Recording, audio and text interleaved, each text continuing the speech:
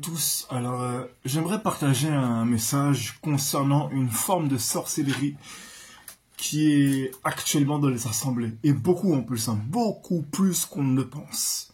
On va parler de l'esprit de Python. Voilà, c'est une forme c'est de la divination en fait. Récemment, suite à une situation, une sœur m'a dit fais attention, il y a l'esprit de divination. Et je ne comprenais pas. Je fais Saint-Esprit, explique-moi, je ne comprends pas là, je ne vois pas l'esprit de divination là. Et le Saint-Esprit me pousse un peu dans la parole, puis il me pousse à un moment donné dans la parole, bien sûr, et ensuite, dans mon esprit, il me rappelle le passage, donc, dans Actes des Apôtres, chapitre 16, passage tout simple. Or, il arriva que, comme nous allions à la prière, une jeune esclave qui avait un esprit de Python, et qui, en devinant, procurait beaucoup de profit à ses maîtres, et est venue à notre rencontre. Donc c'est elle-même qui est venue à leur rencontre. Voilà. Et elle nous suivait, Paulos et nous, en criant et disant, « Ces hommes sont les esclaves d'Élohim très haut, et ils vous annoncent la voie du salut. » Et elle faisait cela depuis plusieurs jours.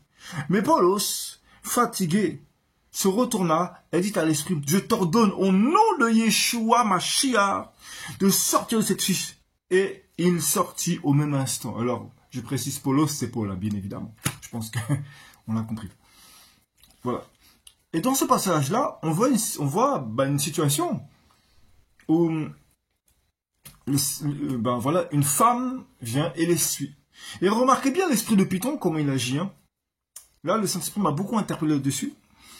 Déjà, elle procurait déjà de l'argent à ses maîtres. Donc déjà, l'esprit de Python, donc est une forme de divination. Donc, on s'en sert pour se procurer de l'argent. Ça amène un peu la prospérité, justement. Alors qu'à la base, l'esprit de prophétie n'est pas là pour amener la prospérité. Il est là pour dévoiler des choses cachées, des choses secrètes dans le lieu de l'église, dans l'assemblée, pardon. Voilà. Tout simplement, ce qui se passe dans le corps de Christ. Il est là pour dévoiler des choses ou alors des choses futures. Voilà, il est là pour fortifier également et encourager. Mais c'est surtout pour dévoiler et reprendre le peuple. Tout simplement. Voilà, il est là pour dévoiler les choses cachées. C'est ça l'esprit de la prophétie à la base. Et, voilà, il est là pour dévoiler un mystère. Tout simplement. Voilà. Et dedans, en fait, on voit qu'en fait, il profite de la divination. Voilà. Donc, elle procurait donc beaucoup de profit à ses maîtres. Elle est venue à notre rencontre, donc. Et elle nous suivait, Paulos et nous, en criant et disant, « Ces hommes sont les esclaves d'Élohim très haut. » Donc, ça veut dire qu'elle-même reconnaissait. Voilà. Et ils vous annoncent la voie du salut. Donc, elle disait la vérité. Et vous remarquerez que même ceux qui vont voir les affaires, les voyants, ils leur racontent ce qu'ils veulent, mais ils sont obligés de leur dire certaines vérités pour les ligoter, ils sont obligés. Voilà. À moins que la personne soit vraiment très naïve, mais en général, il y a un peu de vérité, voilà.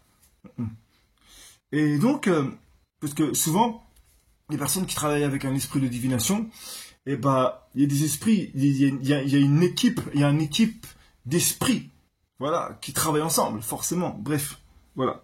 Ces hommes sont les esclaves d'Élohim très haut, et ils vous annoncent la voie du salut.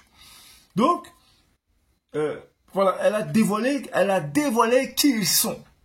Ça veut dire que même dans le monde spirituel, un démon te reconnaît. Et il peut te mettre en avant. Un démon peut te mettre en avant. Mais pourquoi? Pour tromper. Un démon va te mettre en avant pour te tromper. Et c'est ça l'esprit de divination. Ce n'est pas Jésus-Christ. Nulle part Yeshua a été mis en avant. On a dit, ces hommes sont les esclaves d'Élohim très haut. Mais pas une seule fois l'a dit Yeshua. Pas une seule fois l'a dit Jésus-Christ. Pas une seule fois. C'est Élohim très haut. Alors oui, on se doute bien c'est qui. Seulement, c'est c'est dans le fait qu'on annonce Jésus-Christ qu'on est capable de dire que Yeshua est mort, crucifié et ressuscité le 3e jour. Voilà. C'est là où on reconnaît vraiment un vrai serviteur, un vrai enfant du Seigneur. Alléluia. Voilà. Enfin, je parle parmi ceux qui annoncent l'évangile. Voilà. En général, c'est comme ça qu'on la reconnaît. Ils mettent Jésus-Christ en avant. Et l'esprit de divination, vous les verrez que, là, dans ce passage, on voit que c'est l'homme qu'elle a mis en avant. Et elle a mis en avant, elle a fait de la publicité. Vous voyez? Tout simplement. Voilà. Et ça a été un enseignement, même pour Paul. Parce que Paul, quand il a vu ça, et ceux qui ont la marche avec le Seigneur sérieusement, qui ont une vraie marche avec le Seigneur et qui marchent spirituellement avec le Saint-Esprit, et bah, ils pourront même témoigner d'eux-mêmes. Je pense qu'ils seront d'accord. L'Esprit du Seigneur va attester que il y a des fois, on ne sait pas à quel esprit on a affaire. On a entendu parler de cet esprit, on ne sait pas à quel esprit on a affaire. Et parfois, il y a même des esprits qui sont cachés derrière d'autres, etc. C'est le monde spirituel. Mais, pendant que quelqu'un va nous parler, qui est supposé, qui est prétendu servir le Seigneur, vraiment, qui parfois même a la motivation de servir le Seigneur, mais qui a besoin de délivrance, eh ben, elle va nous parler, mais au-dedans de nous, ça va titiller. Et Paulos a dû vivre la même chose. C'est pour ça que ça le fatiguait, parce que ça fatigue. L'esprit, là, le démon qu'elle a, il te fatigue, parce que ça prend du poids. C'est lourd, un démon. C'est lourd, un démon. Ça prend du poids. Et donc, l'esprit du Seigneur te titille. Et non, je peux plus supporter. Démon, sors de là, au nom de Yoshua. C'est ça l'esprit du Seigneur. Et lui-même a dû être enseigné. Parce que lui-même ne comprenait pas. Il disait, mais c'est bizarre. Pourtant, elle proclame, comme elle reconnaît quand même que nous sommes des serviteurs, des esclaves, tout de même. Donc, je ne comprends pas. Et là, le Saint-Esprit, tac, enseignement. Enseignement. Voilà. Tu as beau être missionnaire à la droite, à gauche. Parfois, il y a des esprits que... Voilà, il y a des situations, c'est lourd, chargé. Et tu es toi-même enseigné. Alléluia. Et dans ce que je voulais partager, donc, on reconnaît dans ce passage que ce n'est pas Jésus-Christ Yeshua qui met en avant là. C'est Paulos et ses compagnons. Voilà. Et bien, vous verrez que la plupart du temps, dans les assemblées actuelles, on fait de la pub pour l'homme. C'est l'homme qui est mis en avant. C'est comme ça qu'on reconnaît un esprit de divination. L'homme mis en avant. L'homme qui est mis en avant. Quand l'homme est mis en avant, dites-vous qu'il y a un esprit de divination en général. Surtout là, les gens qui font les prophètes. Je vois dans mon esprit. Je vois. Oh, je vois. Je voyage dans mon esprit. Il y a souvent un esprit de python. Il y a aussi un esprit de divination. Il y a prophète Nabi. Et il y a esprit de divination. C'est différent. C'est deux choses différentes. Voilà. Le prophète Nabi ne fait pas de pub. Il voit les choses. Il sort en esprit. Le Saint-Esprit le fait sortir en esprit. C'est le Saint-Esprit qui fait sortir en esprit. Mais il ne fait pas de pub. L'esprit de divination, ça fait de la pub pour l'homme. C'est comme ça qu'on reconnaît. L'esprit de divination met en avant l'homme, pas Yeshua. Voilà, donc je vous dis vraiment, soyez aux aguets. Prenez garde à quel type d'esprit vous avez affaire. Parce qu'aujourd'hui, c'est blindé, chargé dans les églises actuelles d'esprit de divination. C'est chargé même, je vous dis. Voilà.